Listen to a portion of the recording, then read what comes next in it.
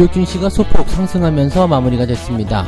CPI 지표가 발표가 됐는데 예상치에 부합했다, 예상치보다 괜찮았다, 이런 얘기가 나왔죠. 자, 그러면서 연준 내부에서도 추가적인 금리 인상에 회의적인 반응들이 나타나고 있습니다. 올려야 한다, 올리지 말아야 한다, 뭐 등등을 가지고 많이 싸우고 있다라고 하는데, 열심히 싸우라고 하시죠. 일단은 금리를 더 올리기는 어려워 보일 것 같고요. 빠르게 목표가에 접근하고 있기 때문에 연준의 입장은 일단 9월 금리 동결은 나올 것 같다 판단이 되네요. 자, 이런 부분들 좀 알아보도록 하고요. 자동차 관련주들이 최근에 좀 부진한 모습이죠. 피크아웃에 의해서 하락세를 보이고 있다. 전기차 판매도 좀 부진하다, 뭐 이런 식의 얘기가 나오고 있는데, 피크아웃이라고 하기에는 실적들이 너무 좋긴 하죠. 그래서 올 한 해 동안 전체적인 그 흐름들이 그렇게까지 나쁠 것 같진 않은데, 주가가 떨어지는 요소가 과연 피크아웃 때문인지 전기차 판매 부진 때문인지 이런 것들 같이 알아보도록 하고요. 면세 호텔 이런 관련주들이 급등세를 보였습니다. 중국의 단체 관광이 이제 풀리게 되면서 거기에 대한 기대감을 가지고 있었겠죠. 시간에서도 또 강한 흐름들 보여줬기 때문에 전체적으로 좀 강세 흐름들을 계속적으로 보여질 것이다, 추가적인 상승이 나올 것이다, 이렇게 전망을 해봐야 되는 부분이긴 한데요. 너무 급하게 상승하게 되면 또 좋지는 않겠죠. 그래서 이렇게 그 리오프닝 관련한 종목군들 어떻게 봐야 되는지 알아보도록 하겠습니다.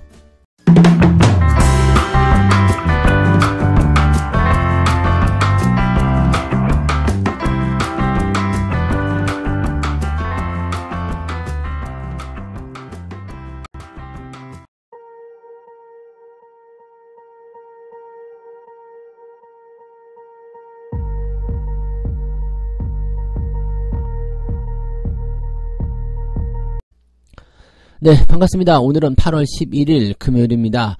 자, 만기일이 잘 지나가면서 그래도 부담감을 많이 줄여줬습니다. 미국 증시도 좀 상승하면서 분위기를 좀 만들어줬고요. 국내 증시도 어제 그렇게 나쁘지 않았죠? 네, 그렇게까지 올라온다라는 느낌을 주지 않았지만 그래도 나쁘지 않아요 라는 느낌을 줬기 때문에 아마도 이제 주말장 변동성을 좀 지나고 나면 또 거래량이 좀 적을 수 있는 그런 휴가철에 들어가긴 했습니다만, 그래도 좋은 분위기를 만들어낸다라면 긍정적으로 풀이해볼 수 있는 내용이 나오지 않을까 생각해봅니다. 다우지수가 시작하면서부터 빵 치고 올라갔어요. 나스닥도 같이 올라갔었는데 이게 후반부 들어가면서 점점 좀 내려가긴 했죠. 그래도 상승 마감이 됐다라는 거, 오랜만에 올라가는 느낌인 것 같아요. 빨간불. 근데 빨간불이라고 하긴 좀 애매한 게, 왜냐면 음봉 마감이 됐거든요. 그래서 보통 주가 떨어질 때는 그럼에도 불구하고 양봉 마감이다 라고 얘기를 해드렸지만, 이번엔 주가가 올라갔음에도 불구하고 음봉 마감이다. 과연 시장이 어느 정도 영향을 줄 것인지 좀 봐야 되겠죠.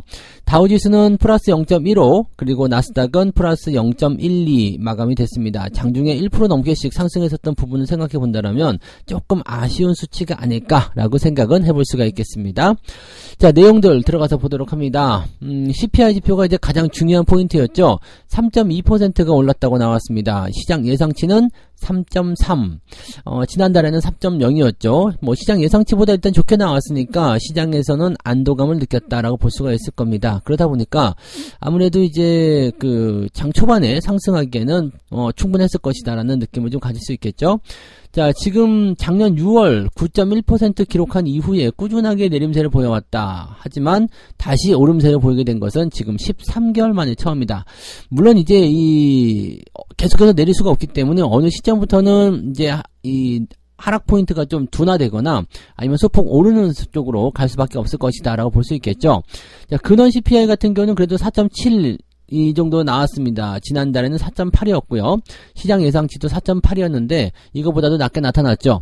근원 CPI를 일단 주목하고 있다라는 것이 주요한 포인트이긴 한데, 4.7도 아직은 좀 높은 수치죠. 연준은 지금 2%를 계속 예상하고 있기 때문에 지금 4.7도 높은 수치이긴 합니다만 CPI가 그냥 올라간 것에 비해서 근원 CPI는 조금 내려갔다라는 게 이제 시장에게는 호재 요인으로 작용한 게 아닌가 생각됩니다. 그래서 뭐 전체적으로는 나쁘지 않을 것 같아요. 그래서 이 CPI 지표가 발표된 이후에 9월 회의에서 연준이 금리를 동결할 가능성은 장중에 90%를 넘어섰다. 근데 마감 시점에서는 88.5, 그러니까 더 올라왔죠. 금리를 0.25%포인트 인상할 가능성은 11%에 달했다. 그러니까 9월 달에 이 금리를 어떻게 결정한 것인가에 대해서는 그냥 동결입니다 라고 얘기가 나오는 것이다 보시면 되겠죠. 근데 이것도 재밌는 게요, 그 연준 위원들이 서로 간에 막 말이 많아요. 뭐라고 하냐면 9월 달에 동결은 당연한 얘기고 하반기에 추가적으로 한 번 더 인상할 수 있는 부분에 대해서 올려야 한다 말아야 한다 뭐 이거 가지고 말들이 많죠. 물론 그거는 이제 가봐야지 알겠습니다만 이제 9월까지 해서 한 3번 남았나요? 그러니까 한 번은 동결해서 빠지고 한 2번 정도 남아있는데 그 중에서 한 번 올릴 것이냐 말 것이냐인데 지금 같은 상황이라면은 안 올려도 충분하다라고 얘기하는 사람도 늘어나고 있다는 얘기죠. 항상 여기에 주목해야 돼요. 이 소수 의견 더 안 해도 됩니다 라는 부분들이 나타나게 됐을 경우에는 동결로 그냥 넘어가게 되면서 금리 인상의 종지부를 찍을 가능성이 매우 높다라고 판단을 해볼 수가 있다는 얘기입니다. 이게 사실은 우리에게 제일 중요한 포인트가 아닐까 라고 생각을 해볼 수 있겠어요. 그래서 그 내용들 우리가 좀 기억해서 보시면 좋을 것 같고요. 뉴욕 증시 전문가들은 이번 지표가 9월에 금리를 동결할 여지를 강화해주고 있다라고 얘기를 했습니다. 뭐 그도 그럴 것이 뭐 더 금리를 올려야 될 만한 명분이 많이 부족해지고 있는 모습이니까요. 네, 그렇게 보시면 되고 연준이 9월에 금리를 동결할 가능성을 높여줬다라고 얘기하고 있고요. 이번 지표는 잠재적인 연착륙에 대한 시장의 기대를 강화한다. 이것은 연준에게는 고무적인 그런 내용이 아니겠는가라고 평가를 했다고 합니다. 뭐 다른 이코노미스트들 역시도 마찬가지죠. 인플레이션이 완화되고 있고 올바른 방향으로 향하고 있다. 연준이 안심하기에는 여전히 너무 높지만 목표치를 향하여 빠르게 움직이고 있다. 네. 뭐 그런 거 아닐까요? 또 데이트를 하고 있는데 그 여자친구를 기다리고 있는 남자가 전화를 합니다. 어디야? 네. 언제 와? 그런데 지금 가고 있어. 네. 가고 있어. 항상 그렇게 하긴 하죠. 저 화장하면서도 지금 출발했어. 가고 있어. 뭐 배달 음식도 마찬가지죠. 네. 언제 와요? 그러면은 지금 출발했어요. 그런데 아직 출발 안 하고 막 그랬잖아요. 근데 아무튼 더 기다려야 되는 것은 맞아요. 근데 일단은 오고 있다. 오기 위해서 준비하고 있다. 뭐 이런 쪽으로 봤을 때 오긴 오는구나 라고 안심할 수 있는 부분들 언젠가는 만날 거 아니에요. 그죠? 네, 그런 것들이 중요하지 않을까 생각합니다. 그래서 금리 동결이든 뭐 인상이 이제 종료가 됐든지 간에 그런 부분들을 향해서 그 결과를 향해서 달려가고 있다라는 것이 중요한 포인트라고 보시면 되겠습니다. 그래서 그 내용들을 우리가 한번 잘 체크해 보시면 국내 증시에도 그렇게까지 부담은 되지 않을 것 같다 판단됩니다. 뭐 기술주들은 조금 올라가면서 막 시작해서 분위기 좋게 됐었지만 상승폭 조금 반납하긴 했어요. 근데 크게 중요하진 않을 것 같고요. 오늘은 이제 주말이기 때문에 안 그래도 그냥 원래의 변동성을 좀 가지고 있다라고 생각하시면 되고요. 그래도 만기를 잘 지내왔기 때문에 아마도 이제 어제 조금 시큰둥했었던 종목들 위주로 움직일 수도 있고요. 또는 이제 리오프닝 관련주들이 계속 상승세를 강하게 보여줬고 추가 상승에 대한 부분들을 예고하고 있기 때문에 그쪽으로 또 쏠림 현상이 일어나게 된다면 다른 종목군들은 조금 주춤거리는 모습들을 이어가지 않을까 생각되기도 합니다. 일단은 시장이 열리고 나서 시장에 큰 변동성이 있는지 없는지 그 여부를 좀 확인해 봐야 되겠고요. 아마 대형주들이 조금 그냥 보합 수준을 유지하게 된다면 리오프닝 관련주들의 어떤 상승 포인트가 조금 더 강하게 나타날 수 있지 않겠는가 라고 판단은 해볼 수 있을 것 같습니다. 그 부분들 보면서 체크하시면 좋을 것 같아요. 네. 자, 두 번째 이야기 넘어갑니다. 자동차, 쌩쌩 달리던 현대차와 기아차 피크아웃 우려에 전기차 부진 때문에 내리막길을 걷고 있다. 이거는 어떻게 보면 맞는 얘기이기도 하고 어떻게 보면 틀린 얘기이기도 하겠죠. 자, 현대차는 2분기 실적을 발표한 지난달 26일부터 6% 정도 하락했다. 그러면서 18만 8,400원에 거래를 마쳤다. 기아 역시도 마찬가지죠. 네, 기아 역시도 지속적으로 좀 하락하는 모습 보이고 있어요. 2분기 실적을 발표한 지난달 27일부터 4.5% 하락하면서 7만 8,900원에 마감되었다. 자, 근데 얘네뿐만 그런 게 아니에요. 네, 삼성전자도 지금 주가가 계속 떨어지고 있는 모습이었고요. 네, 하이닉스 혼자만 신나서 방방 떠있는 상태죠. 네, 삼성전자도 떨어진 모습이었고요. 2차전지도 뭐 그렇게까지 훌륭하게 올라가지 않고 있습니다. 이것은 분명히 얘기해보면 자동차뿐만의 얘기가 아니라 그냥 그 시총 상위 종목군들, 주도 업종군들에 걸친, 두루 걸친 형태의 그런 모습들이 부담스럽게 작용하고 있다라는 얘기지, 지금 뭐 업황 자체가 뭐 어떤 재료를 통해서 아니면 어떤 이유 때문에 떨어졌다라고 보기는 어렵습니다. 왜냐면 주도 업종이라는 것 자체가요, 기본적으로 성장성을 앞에 두고 있는 거죠. 그러니까, 스스로 자기가 많이 올라갔기 때문에 조정을 좀 받는 것이다. 아니면은 뭐 시장의 어떤 전반적인 영향들이 그냥 전체적으로 어느 한쪽에 쏠림 현상이 일어났기 때문에 좀 떨어지는 것이다. 뭐 그런 쪽으로 봐야 되는 부분이 아닐까 생각합니다. 지금 8월이 지금 두 번째 주, 2주 정도 지나가고 있죠. 그러니까 지난달 말에 발표된 어떤 실적 발표 이후에 2주 정도 주가가 하락하고 있다고 보시면 될 것 같은데, 이 정도면 다 됐다고 판단돼요. 그리고 지금 삼성전자든 뭐 현대차든 기아차든 주가가 하락한 포인트가 거의 저점권에 들어와 있기 때문에 조만간 반등의 포인트가 나오지 않겠는가라고 생각을 하고 있는데요. 자, 그런 부분들을 뒷받침할 수 있는지 여부를 한번 살펴보도록 하죠. 내용을 좀 보면 피크아웃이다 이 얘기예요. 피크아웃. 피크아웃이 뭐냐면요, 이제 그 꼭대기 팡 찍었다, 정상 뭐 이런 식이겠죠. 그러니까 피크라는 것이 이제 최고점, 그것을 이제 넘어섰다라는 식이 되는 거죠. 그러니까 실적에 대한 부분들이 이제 최고치를 찍고 내려가는 일만 남았다, 즉 정상을 찍었다, 더 아래로 떨어진다, 이렇게 얘기를 나오는 모습이라고 보시면 되는 겁니다. 그동안 실적이 1분기, 2분기 계속 증가했어요. 그리고 3분기, 4분기는 좀 떨어질 것이라고 전망이 되고 있습니다. 자, 중요한 거는 무엇이냐? 계속 올라갈 수 없는 거예요, 실적은요. 근데 조금 떨어지는 것에 대해서 뭐 판가 하락, 수요 둔화, 뭐 수익성 둔화 우려, 뭐 이런 식으로 얘기하는 것은 조금 이르지 않겠냐라고 판단이 좀 들어요. 올 한 해 동안의 실적을 보게 되면 무려 13조, 14조 원에 달하는 그런 그 영업이익을 예상하고 있는 상황인데, 이 정도면은 대단하지 않겠나라는 생각이 좀 들어요. 그래서 물론 이제 그 올 한 해를 통치고 내년부터부터 또 주가가 많이 그 실적이 떨어진다라고 한다면 그것도 생각해 볼 필요가 있겠습니다만, 내년도 실적은 올해보다는 더 나았습니다. 비슷한 수준이긴 합니다만 그게 나빠지지 않아요. 그렇다는 것은 피크아웃이 아니라 이 정점 구간을 유지한다. 그러면 현재 주가가 그 정도 실적에 비해서 고평가되느냐, 그게 아니거든요. 그러니까 고평가되지 않은 상황인데 실적이 유지가 된다라면은 주가가 땡겨 올라갈 수밖에 없는 상황이 아니겠습니까? 단기에 너무 올라갔기 때문에, 또 너무 주목을 받았기 때문에, 또는 다른 종목적으로 쏠림 현상이 있기 때문에 주가가 떨어졌을 것이다 라고 판단하시는 것이 더 유리할 것 같다, 더 맞을 것 같다 생각되기도 합니다. 전기차 판매 둔화도 악재로 작용하고 있다라고 되어 있는데, 7월 기준 두 회사의 누적 글로벌 전기차 판매량은 각각 16만 8천 대, 11만 6천 대를 기록했다라고 되어 있습니다. 약간의 이제 위축 현상 이런 것들이 벌어지고 있다라고 되어 있어서 연간 전기차 판매 사업 계획인 33만 대, 26만 대 달성이 어려울 것 같다라고 얘기하는데, 7월 기준 16만 대, 그러면 8, 9, 10, 11, 12, 5개월 남았어요. 5개월 동안에 33만 대, 26만 대. 목표치를 달성할 수도 있고 아닐 수도 있어요. 이거는 가봐야지 하는 얘기 아니겠습니까? 그리고 전기차 판매량이 점차적으로 늘어나고 있는 글로벌의 추세를 생각해 봤을 때, 오히려 뭐 하반기쯤 됐을 때 확 넘어갈 수도 있죠. 지금 같은 경우는 상승률이 조금 둔화될 수가 있어요. 여름철이기 때문에 차량을 뭐 바꾸는 그런 사람들의 숫자가 많이 줄었죠. 그리고 뭐 글로벌 쪽이라고 하더라도 지금 보면은 여전히 뭐 테슬라가 공격적으로 뭐 인하를 하고 있다든지 등등 여러 가지 부분이거든요. 그러니까 가격적인 정책이라든지 그 다음에 여러 가지 요인들이 좀 작용할 것이라 생각됩니다.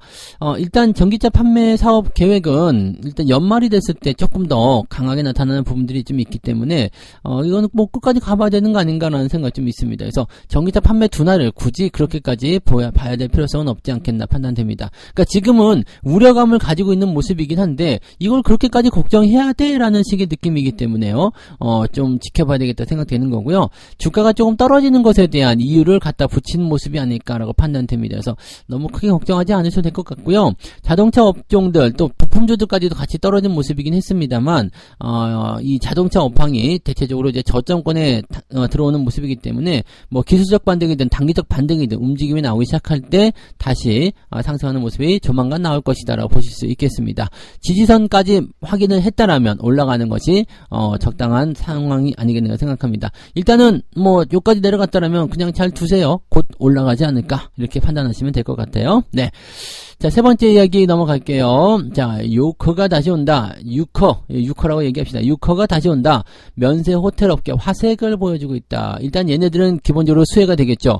뭐 카지노 같은 경우는 당연히 수혜가 될 테고요. 도박 좋아하니까요. 뭐 이런 쪽으로 해서 이제 관련주들 급등하고 있다. 화장품 관련주들은 일단 중국 내에서는 팔리지 않지만 와서는 사갈 것 아니냐 이런 식으로 해서 막 급등세, 어제 상한가 대거 나타나는 모습이기도 했었죠. 그래서 그런 것들 많이 올라가는 모습이었는데 아무튼 뭐 기대감은 좀 있다라고 볼 수 있겠죠. 네, 중국이 일단은 한국 단체 관광을 허용하면서 면세 화장품 호텔 업계에게 기대감이 커졌다라고 되어 있습니다. 10월 전후 본격 유입이 될 것이다라고 보이기 때문에 이렇게 된다라면은 기대감이 계속 있어요. 왜냐면 유커가 실제적으로 많이 왔나 안 왔나 그런 부분들이 중요하지 않을 것 같아요. 왜냐면 지금은 많이 올 것이다라는 기대감을 가지고 있잖아요. 그러니까 많이 떨어진 상태에서의 기대감을 계속 한 달 정도는 우리가 갖고 갈 수 있는 상태이기 때문에 실제로 와봐야지 많이 왔는지 안 왔는지 알 수 있거든요. 그리고 그 기간이 추석을 전후로 해서 국경절을 전후로 해가지고 왔다리 갔다리 하는 그 9월 말에서 10월 초 중반까지 연결되는 부분일 겁니다. 그러니까 이런 상황이 됐을 경우에는 그때까지는 우리가 알 수 없는 거죠. 실제로 많이 안 왔다 해가지고 실망감을 느낀다 하더라도요. 그게 9월 달 지나서 이제 10월 달이나 돼야지 알 수 있는 거 아닙니까? 평가를 낼 수 있는 거기 때문에 그런 식으로 생각한다라면 3분기 지나서 4분기쯤이나 돼야지만이 뭐 리오프닝주에 대한 어떤 회의가 들든 아니면은 기대감이 더 커지든 그걸 알 수 있다는 얘기가 됩니다. 뭐 지금 면세점 쪽에서 계속적으로 이제 프로모션이나 이런 것들 하고 있기 때문에 아마 괜찮지 않을까 생각되는 모습이고요. 뭐 중국이 지금 어떻게 나올런지는 모르겠습니다만은 단체 관광객이 풀리게 되면서 실제로 여행사에 등록하는 그런 여행 상품이 만들어지기 시작했다는 것도 중요한 포인트가 되겠습니다. 뭐 이제 하루 이틀 지났기 때문에 앞으로의 기대감들은 조금 더 생각해 볼 필요가 있겠죠. 그동안 한국에 보다 더 동남아 쪽으로 막 쏠려 나갔다라고 하는데 이제 한국 쪽으로 오게 되면은 뭔가 이런 분위기가 좀 형성이 되겠죠. 좀 이제 중국인들이 많이 몰려오게 되면은 좀 시끄럽고 지저분하고 뭐 어쩌고저쩌고 등등등 민폐 뭐 이런 것들 많이 나오고는 있습니다만 동남아가 그것 때문에 굉장히 지금 그 골머리를 썩었다고 하죠. 뭐 그런 것들이 있긴 하겠습니다만은 그래도 그동안 좀 침체됐었던 여행 산업이라든지 이런 쪽에 뭔가 활기를 좀 불어넣지 않을까라는 생각은 좀 해볼 수가 있겠습니다. 자, 이 유커의 귀환은 화장품 업계에게도 희소식이다. 지금은 일단 중국 내에서는 많이 팔리지 않고 있지만 한국까지 와가지고 한국 화장품 사가는 거 이거는 어쩔 수 없지 않겠느냐라고 생각하는 거죠. 근데 이거에도 너무 기대면 안 돼요. 화장품주들 지금 뭐 대체적으로 한국 화장품 종목군들이 상한가를 많이 기록했는데 얘네들은 이제 중국 애들이 와가지고 살 것이다. 그러니까 괜찮을 것이다라고 얘기하고 있는데 이걸 너무 기대하시면 안 됩니다. 탈중국은 계속해서 해 나가야 돼요. 그러니까 중국 관련한 부분에서 어떤 기대치들은 늘어날 수 있겠죠. 그러니까 이런 부분들은 생각할 수 있겠지만은, 계속적으로 이제 거기에 또 안주해가지고, 야, 이제 한국으로 오니까 한국에서 팔면 되지. 이렇게 생각하는 것이 아니라, 그럼에도 불구하고 계속적으로 중국을 벗어나는 것에 집중해서, 우리가 사업을 영위해야 된다라고 보셔야 될 겁니다. 뭐, 아무튼 어쨌든지 간에, 한국으로 들어오는 입장에서, 한국 화장품 이거 오랜만이다 한번 사갈까? 라는 식의 느낌들 나타날 수 있겠죠. 여행, 뭐, 연세, 화장품, 그 외에도 뭐 이제 카지노, 중국 애들도 카지노 엄청 좋아하거든요. 그러니까 카지노 쪽에서 크게 터지지 않겠는가 생각해 봅니다. 그 외에도 뭐 지금 뭐 항공부터 해가지고요 여러 가지 상품들이 많이 터질 것이라고 생각되고 있어서 뭐 백화점 같은 경우도 그렇고요. 일반적으로 이제 이제 소매, 판매에 관련한 그런 종목군들이 많이 움직여줄 것이다 예상되고 있습니다. 이렇게 생각하고 있지만 또 그렇게 안 올 수도 있기 때문에 너무 서두르거나 너무 또 집중할 필요는 없겠습니다만 그래도 이런 정도에서는 괜찮은 모습들 우리가 예상해 볼 수 있을 것이다라고 판단하시면 되겠습니다. 그래서 이 리오프닝 관련한 종목군들은 그동안 많이 내렸고 억눌렸었기 때문에 어느 정도의 반등 정도는 우리가 좀 기대해 볼 수 있지 않을까. 당분간은 더 좋은 흐름들을 이어갈 수 있을 것이다라고 생각해 봅니다. 물론 단기적으로 많이 올라가면 약간씩 흔들릴 수 있을 테니까 그런 부분만 조심해서 가시면 되지 않을까 생각됩니다. 자, 이렇게 해서 오늘 세 가지 이야기 전달해 드렸는데요. 네, 미국이 CPI 발표에 안도하면서 상승세를 보였다는 거. 이렇게 된다면은 뭐 상승폭이 조금 둔화하면서 마무리되긴 했습니다만 주말인 우리 증시에게는 그래도 안정적인 흐름들을 좀 보여줄 수 있지 않을까 생각합니다. 다만 크게 올라갈 만한 어떤 건덕지는 아니지 않겠느냐라고 보셔야 되는 게 맞을 것 같고요. 자동차주들이 피크아웃에 하락세를 보였다. 뭐 실적이 이제 더 올라가지 못할 것이다라는 얘기도 있지만은 더 올라가지 않더라도 더 내려가지도 않는다라면 나쁘지 않다라고 판단할 수가 있겠죠. 네, 등산하고 나서 꼭대기부터 이제 다음 봉우리까지 능선으로 형해서 쭉 갈 때는 그렇게 많이 안 힘들거든요. 경치 보면서 쫙 가는 거죠. 자, 우리 실적 이만큼 나왔어. 그러면서 꼭대기에서 쫙 그 등산하는 능선을 등산하는 네, 그런 형태의 느낌을 보시면 되겠죠. 자동차주들은 단기적으로 많이 내려왔기 때문에 저점 지지권에 근접해 있습니다. 조만간 기술적 반등이든 무슨 반등이든 간에 반등이 나올 확률이 좀 있다라고 생각해 주시면 되겠어요. 자, 면세 호텔, 뭐 화장품 이런 관련주들 급등세를 보이고 있는데 당분간은 이제 이 리오프닝에 관련된 종목군들이 상승세를 보이지 않겠나 생각합니다. 중국 관광객들이 본격적으로 들어오는 시기는 이제 추석, 그 다음에 10월 달 들어가면서 나오는 중국의 국경절, 요 시기를 통해서 많이 들어올 생각되고 있기 때문에 지금부터 한 달 정도는 이런 기대감으로 계속 들썩들썩 할 수 있다라고 볼 수 있는 부분이라 악재가 없죠? 네, 그렇게 된다면 기대감을 좀 가져볼 수 있지 않겠는가라고 생각해 볼 수 있는 부분이 되겠습니다. 당분간은 더 오르지 않겠는가라고 리오프닝 관련주에 평가를 좀 해볼 수가 있을 것 같습니다. 네, 이 부분 참고하시고요. 책 한 곡 읽고 마무리하도록 하겠습니다. 약간 부정확한 방법이긴 하지만 오래된 월가의 격언을 따르는 것은 좋다. 편안히 잘 수 있는 수준까지 팔아버려라. 다시 말해 당신이 밤에 아무런 걱정 없이 잘 수 있는 수준에 도달하기까지 계속해서 매도하는 것이다. 이 매도의 기술에 대한 설명인데요. 매도를 할 때 얼마만큼 파는 것이 좋은 것인가, 다 팔지 않는 이상은 얼마만큼 파는 것이 좋은 것인가, 뭐 이런 것들에 대한 질문들에 대해서 답변을 해줄 때 이 얘기를 했었거든요.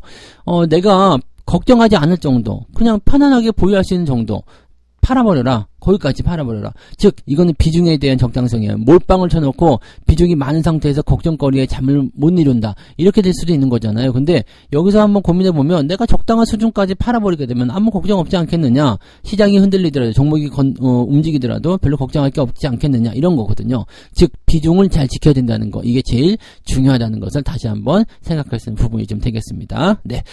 자, 태풍이 문제없이 잘 지나간 것 같아요. 그래서 참 다행이다 생각되고요. 덕분에 좀 시원한 그런 며칠을 좀 보내고 있는 것 같은데, 자, 주말까지 이제 흐름들 잘 이제 우리도 시장을 파악해서 시원한 그런 주말을 좀 보냈으면 좋겠습니다.